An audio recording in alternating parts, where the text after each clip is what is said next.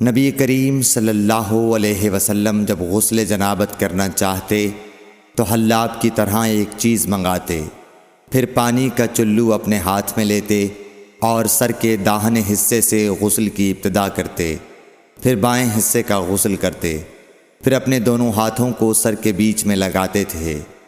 صحیح بخاری حدیث نمبر 258۔ ام المومنین میمونہ رضی اللہ تعالی عنہا نے بیان فرمایا کہ میں نے نبی اکرم صلی اللہ علیہ وسلم کے لیے غسل کا پانی رکھا تو پہلے آپ نے پانی کو دائیں ہاتھ سے بائیں پر گرایا، اس طرح اپنے دونوں ہاتھوں کو دھویا، پھر اپنی شرمگاہ کو دھویا، پھر اپنے ہاتھ کو زمین پر رگڑ کر اسے مٹی سے ملا اور دھویا، پھر کلی کی اور ناک میں پانی ڈالا، پھر اپنے چہرے کو دھویا اور اپنے سر پر پانی بہایا، پھر ایک طرف ہو کر دونوں پاؤں دھوئے، پھر آپ کو رومال دیا گیا لیکن آپ نے اس سے پانی کو خشک نہیں کیا۔ صحیح بخاری حدیث نمبر 259۔ نبی کریم صلی اللہ علیہ وسلم نے غسل جنابت کیا تو پہلے اپنی شرمگاہ کو اپنے ہاتھ سے دھویا، پھر ہاتھ کو دیوار پر رگڑ کر دھویا، پھر نماز کی طرح وضو کیا، اور جب آپ اپنے غسل سے فارغ ہو گئے تو دونوں پاؤں دھوئے۔ صحیح بخاری حدیث نمبر 260۔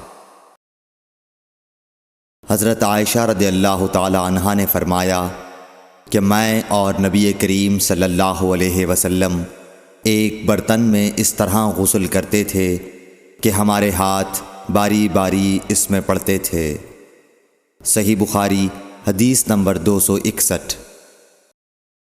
حضرت عائشہ رضی اللہ تعالی عنہا نے فرمایا کہ جب رسول اللہ صلی اللہ علیہ وسلم غسل جنابت فرماتے تو پہلے اپنا ہاتھ دھوتے۔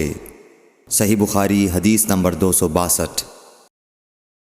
حضرت عائشہ رضی اللہ تعالی عنہا نے کہا کہ میں اور نبی کریم صلی اللہ علیہ وسلم دونوں مل کر ایک ہی برتن میں غسل جنابت کرتے تھے۔ صحیح بخاری حدیث نمبر 263۔ نبی کریم صلی اللہ علیہ وسلم اور آپ کی کوئی زوجہ مطہرہ ایک برتن میں غسل کرتے تھے۔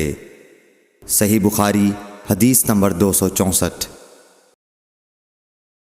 میمونہ بنت حارث رضی اللہ تعالی عنہا نے کہا کہ میں نے حضرت صلی اللہ علیہ وسلم کے لیے غسل کا پانی رکھا اور پردہ کر دیا۔ آپ نے پہلے غسل میں اپنے ہاتھ پر پانی ڈالا اور اسے 1 یا 2 بار دھویا۔ سلیمان اعمش کہتے ہیں کہ مجھے یاد نہیں راوی سالم بن ابی الجعد نے تیسری بار کا بھی ذکر کیا یا نہیں۔ پھر دانے ہاتھ سے بائیں پر پانی ڈالا اور شرمگاہ دھوئی، پھر اپنے ہاتھ کو زمین پر یا دیوار پر رگڑا، پھر کلی کی اور ناک میں پانی ڈالا اور چہرے اور ہاتھوں کو دھویا اور سر کو دھویا، پھر سارے بدن پر پانی بہایا، پھر ایک طرف سے رکھ کر دونوں پاؤں دھوئے۔ بعد میں نے ایک کپڑا دیا تو آپ نے اپنے ہاتھ سے اشارہ کیا اس طرح کہ اسے ہٹاؤ، اور آپ نے اس کپڑے کا ارادہ نہیں فرمایا۔ صحیح بخاری حدیث نمبر 265۔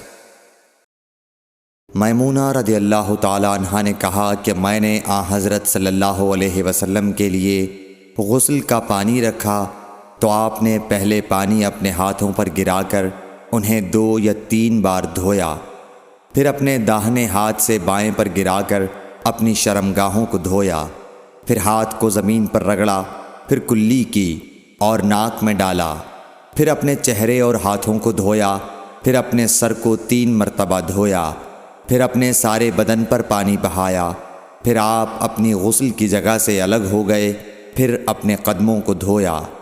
صحیح بخاری حدیث نمبر 266۔ حضرت عائشہ رضی اللہ تعالی عنہا نے فرمایا اللہ ابو عبد الرحمن پر رحم فرمائے، میں نے تو رسول اللہ صلی اللہ علیہ وسلم کو خوشبو لگائی، پھر آپ اپنی تمام ازواج مطہرات کے پاس تشریف لے گئے اور صبح کو احرام اس حالت میں باندھا کہ خوشبو سے بدن مہک رہا تھا۔ صحیح بخاری حدیث نمبر 267۔